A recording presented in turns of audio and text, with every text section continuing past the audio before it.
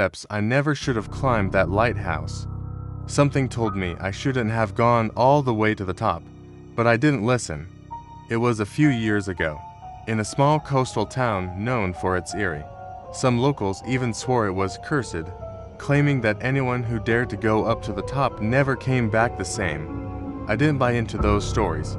To me, it was just an old, abandoned building with a bit of folklore attached. The idea of ghosts or curses never fazed me. Weather-beaten lighthouse. The stairs stretched on forever, but I was determined to reach the top. You know, the kind, the ones they shut down years ago, but still stand tall, casting their crooked shadows across the beach, like forgotten sentinels. They're perfect for explorers. At first, I thought it was a trick of the light, or maybe another curious explorer, but there was something wrong about it. The figure didn't move, didn't make a sound. He stood there, completely still, as if he was waiting for something or someone. Thrill seekers, or anyone with a need to chase a ghost story. But then, in a whisper just loud enough for me to hear over the wind, I caught it. I was one of those thrill seekers. The lighthouse was notorious for being haunted. I visited the lighthouse alone. The words sent a chill through me, but I brushed it off.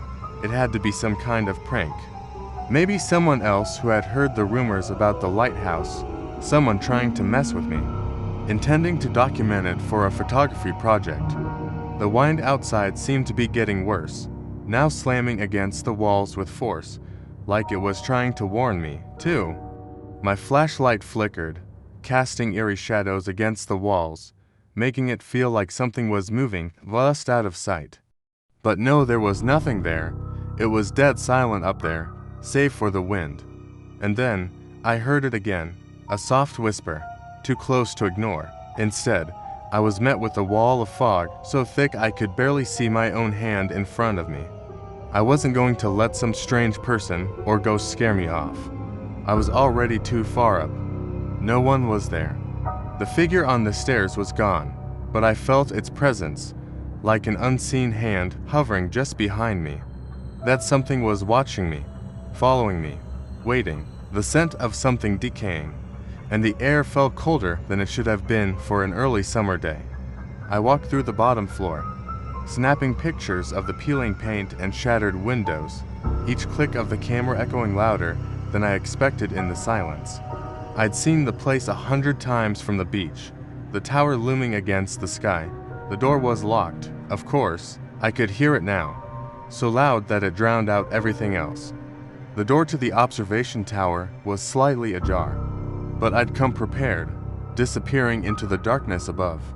The old wood creaking beneath my feet with every step I took. It wasn't just the sound of the stairs, though. The wind, howling outside, sent eerie whistling noises through the cracks in the walls, adding to the unsettling atmosphere. I tried to ignore it, tried to convince myself it was just the wind, just an old building groaning under its age. I hesitated for a moment. There was something unsettling about it, something that made the hairs on my neck stand up. But I pushed through it, setting my camera bag down and beginning the ascent. I brought a crowbar, figured I'd be in and out in an hour. The rusted hinges groaned as I forced the door open, but I didn't think much of it. Inside, but I didn't come for the bottom floor. I was there for the climb, the stairs. The winding staircase spiraled upward. The steps were narrow. The higher I climbed, the darker it got. I pulled out my flashlight, the beam cutting through the blackness like a knife, casting long shadows on the walls. That's when I saw it, a figure, a man, standing about halfway up the stairs. I froze. I called out, "Hey, is someone up there?" Nothing. I tried again. Hello. Still nothing. Never. Reached the top. The voice was soft, ragged, like it was struggling to be heard. I shook my head, trying to clear the sudden unease creeping up my spine.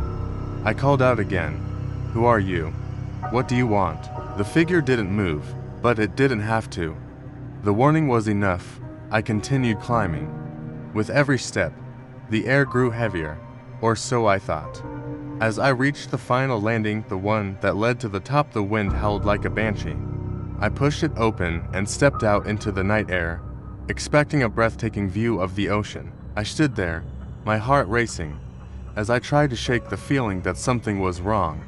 Leave, now. I spun around, my heart pounding in my chest. I turned to leave, my legs shaking, but as I descended the stairs, I couldn't shake the overwhelming feeling that I wasn't alone. I reached the bottom, but I didn't stop there. I didn't feel safe. As I exited the lighthouse, I glanced back up at the tower. That's when I saw it, a shadow, standing at the top. It was the figure, the same one. Only this time, I realized it wasn't a prank. It was a warning, and I had ignored it.